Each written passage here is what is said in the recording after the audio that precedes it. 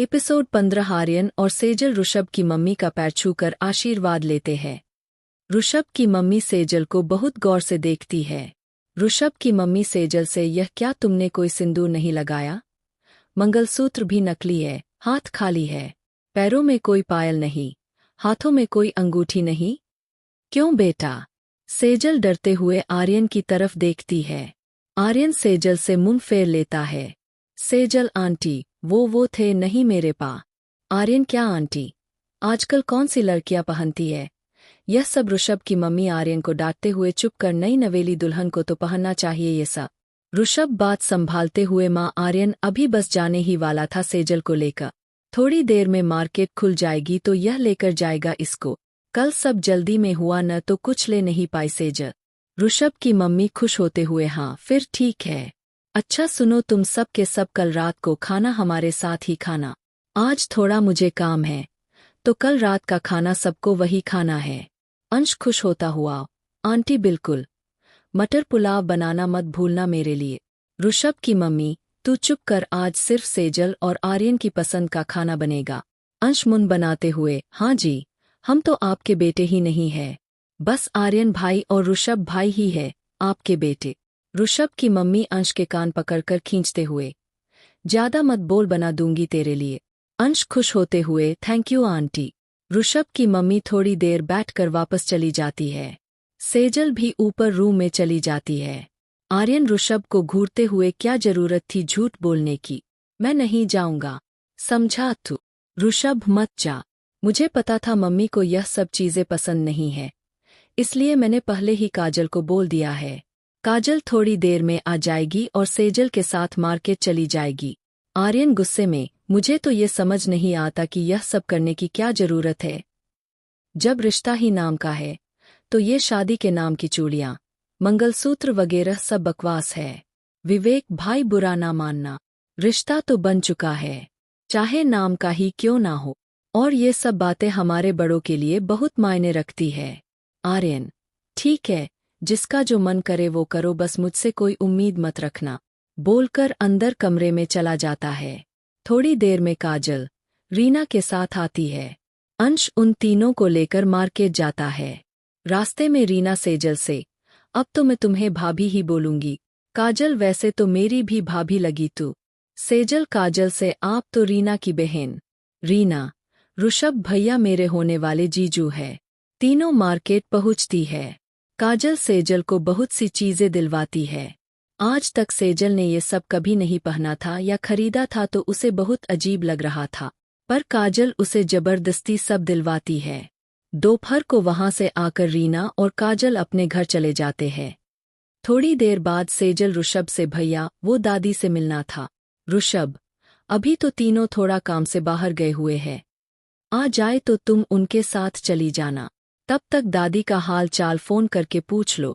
सेजल हिचकते हुए, वो आप करवा दीजिए बा। ऋषभ, हाँ, तुम्हारे पास तो फोन ही नहीं है ना? सेजल ना में सिर हिला देती है।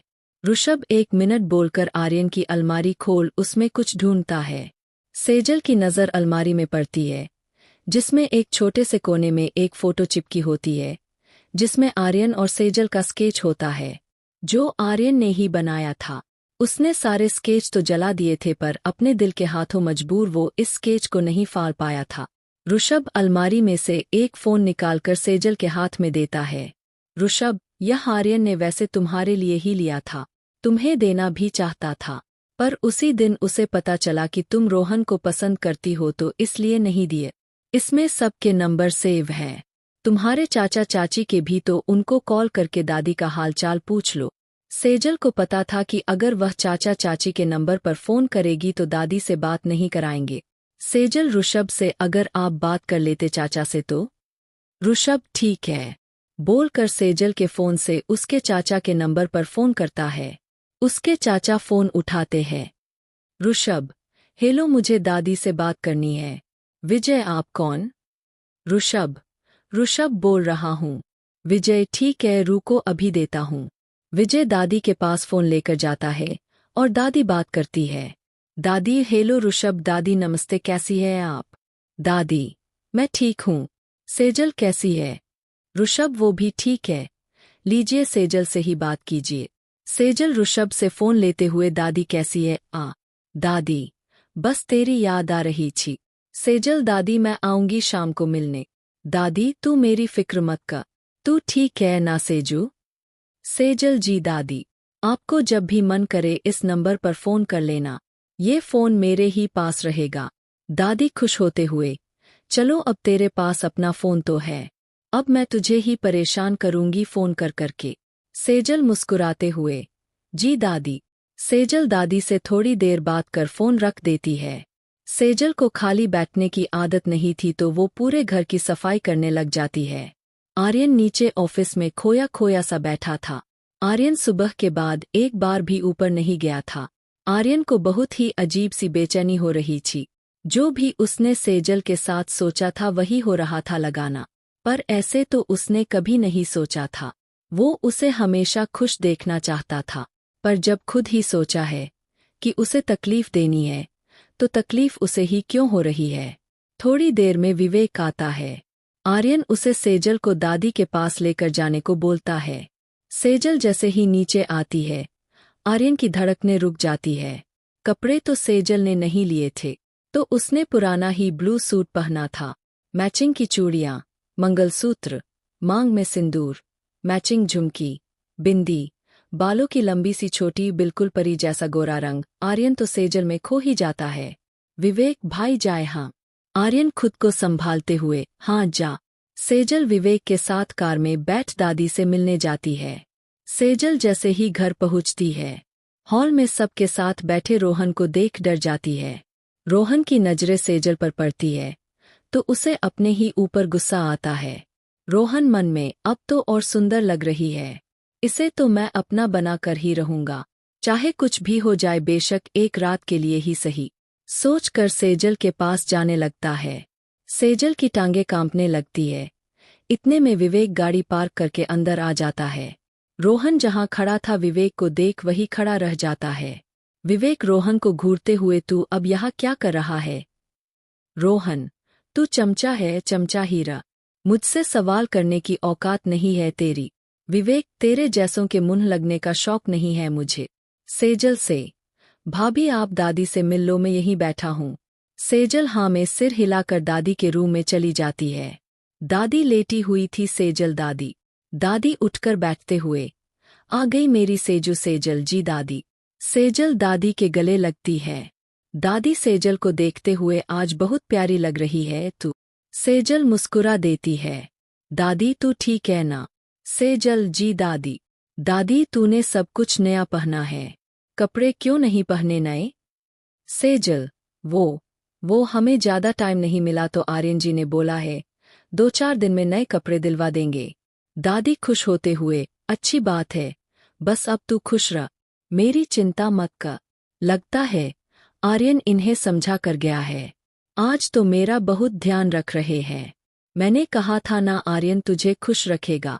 सेजल मुस्कुरा देती है। दादी और सेजल थोड़ी देर बैठकर बातें करते हैं। थोड़ी देर बाद विवेक रूम में आता है। विवेक, भाभी चले? सेजल, हाँ जी। सेजल, दादी मैं। दादी सेजल के गाल पर प्यार से हाथ फेरते हुए, जा बस अब तू मेरी चिंता मत करियो। सेजल दादी से मिल विवेक के साथ चली जाती है। विवेक नोटिस करता है कि सेजल रोहन के सामने से डरते हुए निकल रही थी, पर जैसे ही विवेक सेजल और रोहन के बीच में आया, सेजल के चेहरे पर डर नहीं थी। सेजल विवेक के साथ घर वापस आ जाती है। सेजल घर आकर सबके लिए खाना बनाती है। आर्यन को छोड़ सब खाना खाकर सोने चले जाते हैं। ऋषभ भी अपने घर चला जाता है।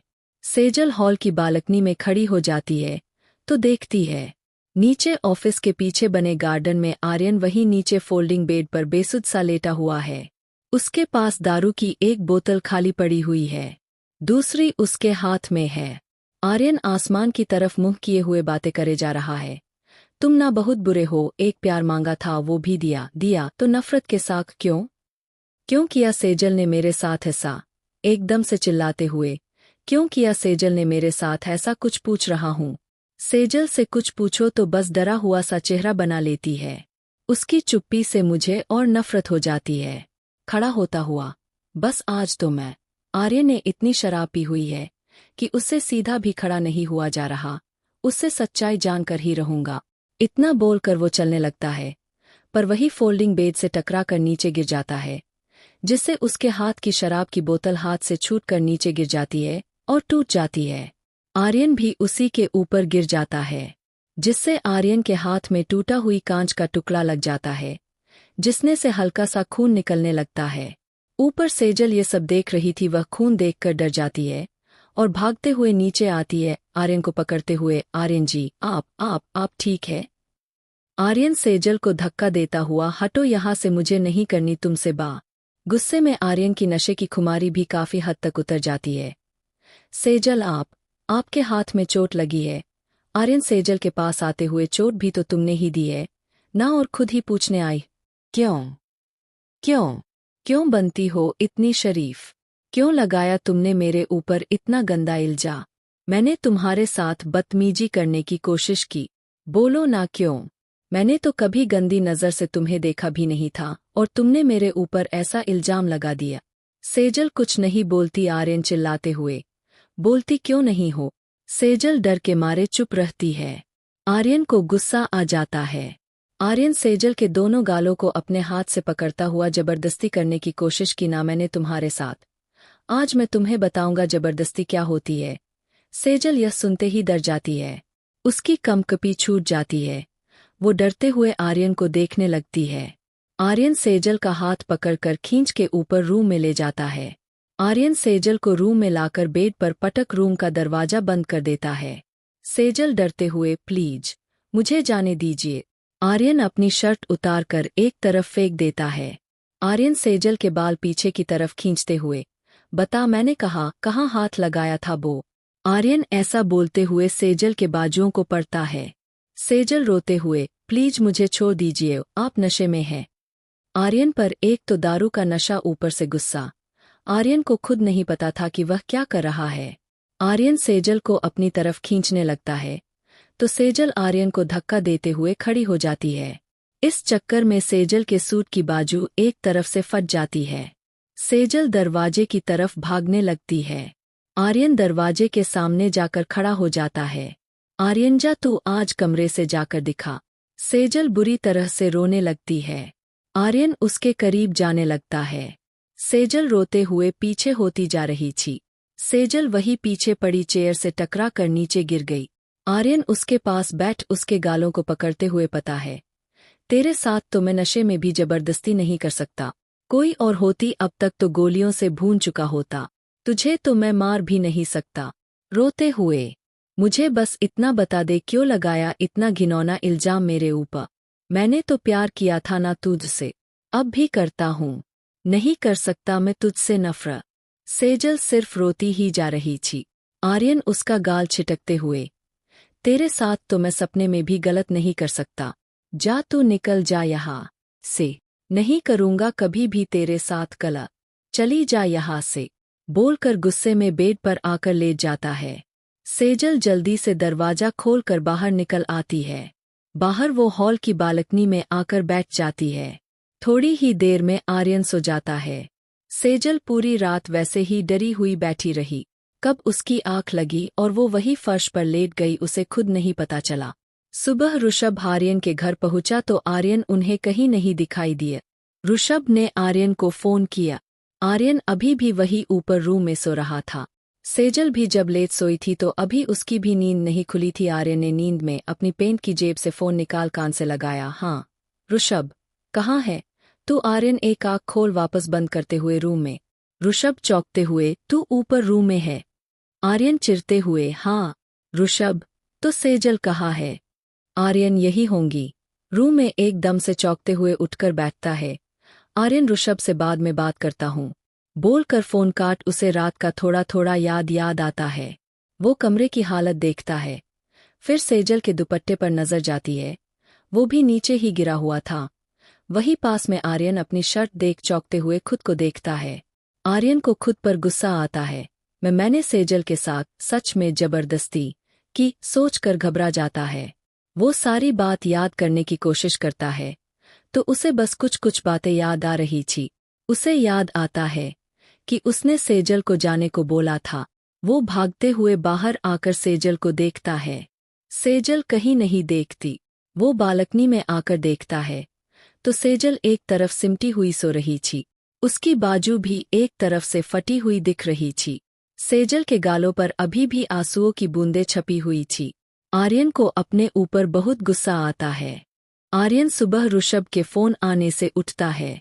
पहले तो उसे रात की कोई बात याद नहीं आती, फिर वो सारी बात याद करने की कोशिश करता है तो उसे बस कुछ कुछ बातें याद आ रही थी।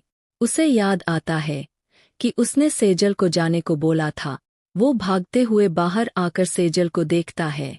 सेजल कहीं नहीं देखती।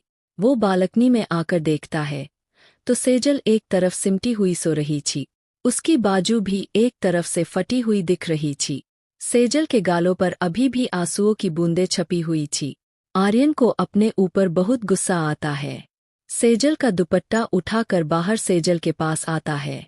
सेजल अभी भी सिमटी हुई सो रही थी। आर्यन सेजल के ऊपर दुपट्टा ओढ़ाने लगता है तो सेजल झटके से उठ जाती है।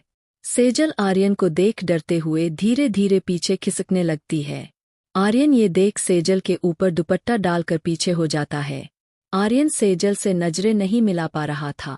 आर्यन नजरें चुराते हुए, तुम कपड़े चेंज कर लो, मैं तुम्हें दादी के पास भिजवा दूंगा, बोलकर बिना रुके तेजी से नीचे चला जाता है। वही सब बैठे उसी का वेट कर रहे थे। आर्यन किसी से कोई बात नहीं करता। वो सीधा बाथरूम में घुस जाता है और शावर ऑन कर कई देर तक उसके नीचे खड़ा रहता है। वो कल रात की सारी बातें याद करने की कोशिश कर रहा था पर उसे ज्यादा कुछ याद नहीं आया। उसे हल्की हल्की झलक याद आई जिसका अनुमान उसने यही निकाला कि उसने सेजल के साथ बदतमीजी करने की कोशिश की। यह सोचते ही आर्यन को अपने ऊपर बहुत गुस्सा आता है। जब आर्यन काफी टाइम तक बाथरूम से बाहर नहीं निकला तो ऋषभ ने आवाज लगाते हुए, आर्यन क्या बात है, आज बाथरूम से बाहर नहीं निकलेगा क्या, या 10 दिन का आज ही नहा लेगा? आर्यन अपने आप को संभालते हुए आ रहा हूँ। आर्यन थोड़ी देर बाद बाहर आता है।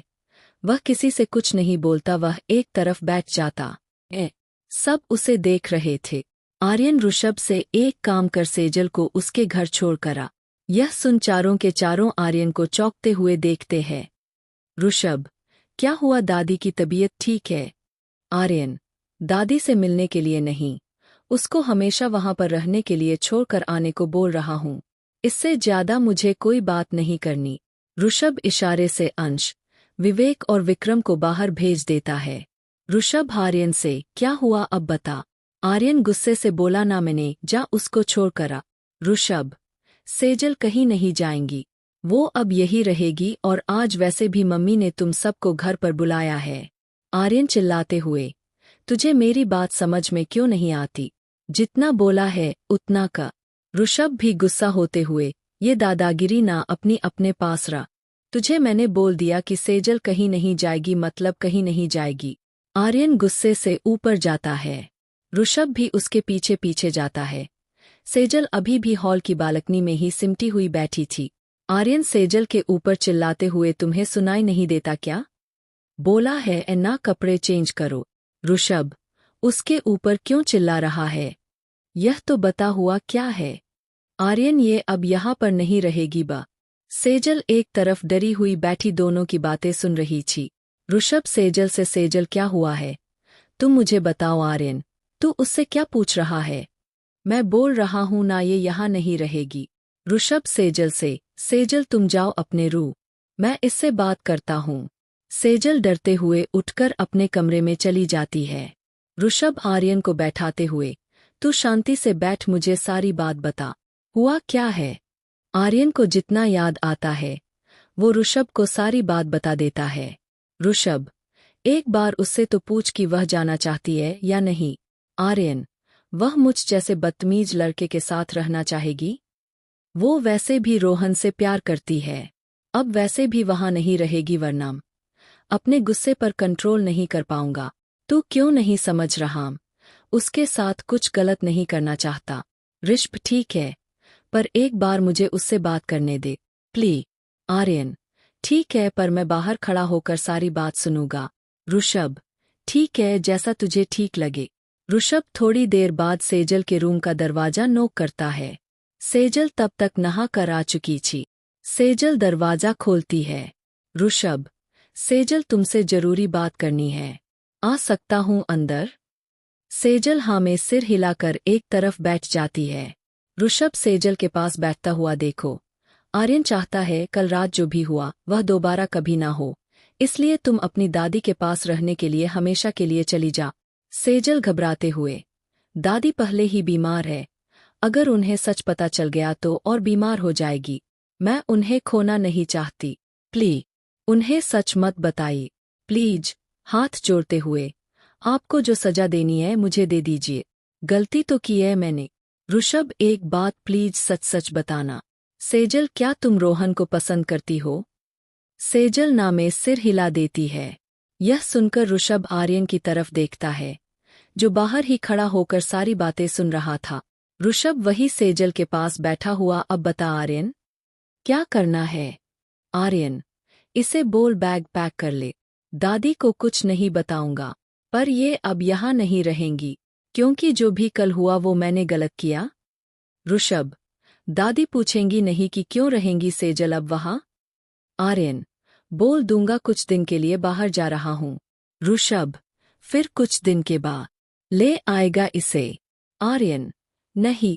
ऋषभ, फिर यार ये कोई सॉल्यूशन नहीं होता।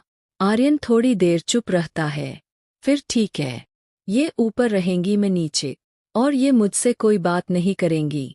सेजल, नहीं, हम आपसे कोई बात नहीं करेंगे, पर प्लीज हमें यही रहने दीजिए। आर्यन, ठीक है, बोलकर अंदर रूम में आकर अलमारी से अपने कपड़े निकाल नीचे चला जाता है। ऋषभ भी नीचे चला जाता है। सेजल एक कोने में बैठ जाती है। सेजल मन में, मैं जानती हूँ कल रात जो भी आपने किया वो आपका गुस्सा और नफरत थी, मैं लायक भी हूँ उसी के, गलती भी तो की है मैंने, पर इतना भी यकीन से कह सकती हूँ जितनी सुरक्षित मैं इस घर में हूँ वहाँ नहीं रह सकती। वहाँ रोहन की नजरें अभी भी घूरती है मुझ। कल रात को नशे में बेशक आपने मुझे छुआ, पर उस वक्त भी सिर्फ गुस्सा था, आपके छूने में गंदगी नहीं, इसलिए मैं आपसे बिल्कुल भी गुस्सा नहीं हूँ आर्यन जी। आपने तो नशे में भी सिर्फ प्यार का इजहार किया, थोड़ी देर बाद फिर खुद से ही, क्या मैं लायक हूँ उनके प्यार के? शायद नहीं, उन्हें नहीं करना चाहिए मुझसे प्यार। सेजल ऐसे ही काफी टाइम तक अपने मन में पता नहीं क्या क्या बातें करती रहती है। थोड़ी देर में अंश ऊपर आता है। अंश, भाभी, किचन में नाश्ता रखा है, कर लेना। सेजल हाँ में सिर हिला देती है। अंश चला जाता है। थोड़ी देर बाद आर्यन किसी काम से बाहर गया हुआ था। ऋषभ विवेक से पता किया कुछ रोहन का। विवेक भाई, बंदा लगाया हुआ है, 2-4 दिन में पूरा काला चिट्ठा खुल जाएगा उस रोहन का, और चाचा चाची की भी कुंडली निकाल रहे हैं। ऋषभ, बस एक बार सारी गुत्थी सुलझ जाए फिर कहीं जाकर आर्यन और सेजल के बीच सब ठीक होगा। विक्रम भाई, एक बात बोलूं, सेजल भाभी को देखकर तो नहीं लगता कि वो ऐसे कोई कंप्लेंट कर सकती है। विवेक, वही तो भाई, कल भी भाभी रोहन को देखकर डर रही थी। ऋषभ, ये बात आर्यन को भी मालूम है कि सेजल ने किसी मजबूरी में ही ये कदम उठाया है। उसे गुस्सा ही इस बात का है कि सेजल ने वो मजबूरी आर्यन को क्यों नहीं बताई। वो अभी इन सब बातों में ही उलझा हुआ है जो उसे और तकलीफ दे रही है, पर देखना जल्द ही सब ठीक हो जाएगा। विवेक, बस भाई जल्दी से पहले वाले भाई हो जाए, अब तो 24 घंटे एंग्री मैन बने रहते हैं। ऋषभ हंसते हुए, कुछ टाइम और रुक जा। पर सब अपने काम में लग जाते हैं। रात को सब ऋषभ के घर खाने पर जाते हैं। सब खाना खाकर वापस आने लगते हैं तो ऋषभ की मम्मी सेजल को कुछ कपड़े और गहने देती है। सेजल लेने से मना कर देती है। ऋषभ की मम्मी, देख अब तेरी सास भी मैं हूँ और माँ भी, तो दोनों के हक से दे रही हूँ, इस आर्यन से तो हुआ नहीं कि नए कपड़े दिलवा दे। आर्यन नजरें झुका लेता है। ऋषभ की मम्मी आर्यन से, देख कल भी लड़की ने पुराने कपड़े पहने थे और आज भी, तो कल ही जाकर इसे नए कपड़े दिलाएगा और हाँ तू खुद जाएगा। मेरी छोटी बहू काजल को बोलने की जरूरत नहीं है, समझ, कसम है तुझे मेरी, अब ये तेरी जिम्मेदारी है, खुशी से निभा, मजबूरी में नहीं। आर्यन, जी आंटी। ऋषभ को छोड़कर सब आर्यन के घर आ जाते हैं। आर्यन नीचे ही सोता है। सेजल ऊपर रूम में चली जाती है। अगले दिन ऋषभ आर्यन और सेजल के साथ शॉपिंग मॉल जाता है। ऋषभ दोनों के साथ वही पास में एक रेस्टोरेंट में बैठ जाता है। आर्यन, यह बता तू यहाँ पर इसको कपड़े खरीदवाने आया है या यहाँ बैठकर खाना खाने? ऋषभ, देख मैंने काजल को बुलाया है। काजल सेजल के साथ जाकर कपड़े पसंद कर लेगी। आर्यन, तो यह अपने लिए अकेले कपड़े पसंद नहीं कर सकती क्या? सेजल सिर झुका लेती है। ऋषभ सेजल को देखते हुए, तुमने आज से पहले कभी कपड़े नहीं खरीदे? सेजल ना में सिर हिला देती है। आर्यन सेजल की तरफ देखता है, जिसकी आंखों में सिर्फ उदासी थी। आर्यन मन में, कभी कपड़े नहीं खरीदे, ऐसा क्यों? इतनी बड़ी कंपनी की मालिक है, फिर क्यों नहीं कपड़े खरीदे इसने आज तक? क्यों रहती है यह हमेशा इतनी डरी हुई जो मुझे और तकलीफ देती है? सेजल, क्यों तुम मुझे अपना दर्द नहीं बता सकती? मुझे क्यों यकीन नहीं हो रहा कि तुमने ही कंप्लेंट की है मेरे खिलाफ? शादी तो मैंने कर ली तुम्हारी जिंदगी खराब करने के लिए, पर क्यों नहीं कर पा रहा नफरत तुमसे? परसों रात भी कितनी बदतमीजी की मैंने तुमसे, फिर भी तुम मेरे साथ रहने को कैसे तैयार हो गई? क्यों? कितने क्यों के सवाल है, पर तुम देती क्यों नहीं हो? तुमने तो ये भी बोल दिया कि तुम उस रोहन से प्यार नहीं करती, फिर क्यों गई थी उस दिन उसके साथ शॉपिंग करने? मैं पागल हो जाऊंगा ये सब सोच सोच कर। थोड़ी देर में काजल आ जाती है। काजल सेजल के साथ शॉपिंग करने चली जाती है। ऋषभ और आर्यन वही रेस्टोरेंट में बैठे रहते हैं। थोड़ी देर में दोनों शॉपिंग कर कर आती है और फिर बस सब घर चले जाते हैं। ऐसे ही सेजल अब ऊपर ही रहती थी।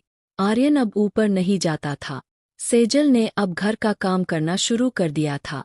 तीनों टाइम का खाना अब वही बनाती थी और सब उसके खाने की तारीफ करते थे सिवाय आर्यन के, क्योंकि वो सेजल के हाथ का बना खाना नहीं खाता था।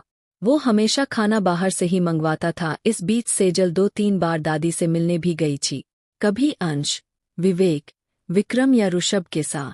कुछ दिन बाद सेजल जब दादी से मिलने गई, इस बार दादी ने सेजल को एक दिन के लिए अपने पास रोक लिया था, तो ऋषभ ने भी मना नहीं किया।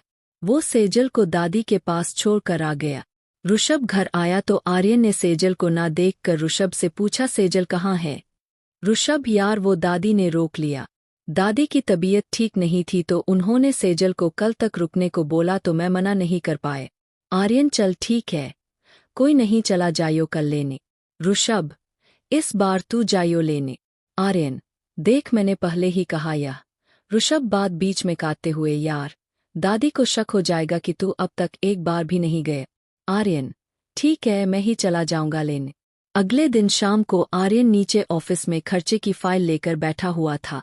आर्यन फाइल देखता हुआ, अंश जो तूने मेरी बेल कराई थी उसका खर्चा तो मेरे हिसाब में डाल देता। अंश, भाई बेल तो ऋषभ भाई ने कराई थी। ऋषभ चौंकते हुए, मैंने कब किसकी बेल कराई? भाई मैं तो शहर में ही कहा था, मुझे तो सेजल और आर्यन की शादी के बाद तूने सब कुछ बताया था। विवेक चौंकते हुए, इसका मतलब भाई आपने बेल नहीं करवाई? ऋषभ, नहीं। आर्यन अंश और विवेक की ओर देखते हुए, तो तुम दोनों ने मेरी बेल नहीं करवाई?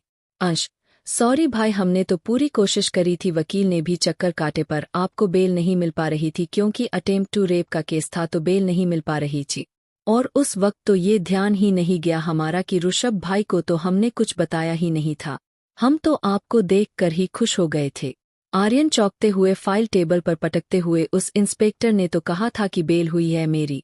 अंश, भाई बेल तो आपकी हुई ही नहीं। आर्यन ऋषभ की ओर देखते हुए, चल पता तो करके आते हैं, चक्कर क्या है? ऋषभ, चल, वैसे भी कई दिन हो गए मैंने पुलिस स्टेशन के चक्कर नहीं काटे। आर्यन ऋषभ को घूरता हुआ ऑफिस से बाहर निकल जाता है। पीछे पीछे ऋषभ भी उसके साथ जाकर कार में बैठ जाता है और दोनों पुलिस स्टेशन जाते हैं। अगले एपिसोड के लिए हमारे चैनल को सब्सक्राइब करें। धन्यवाद।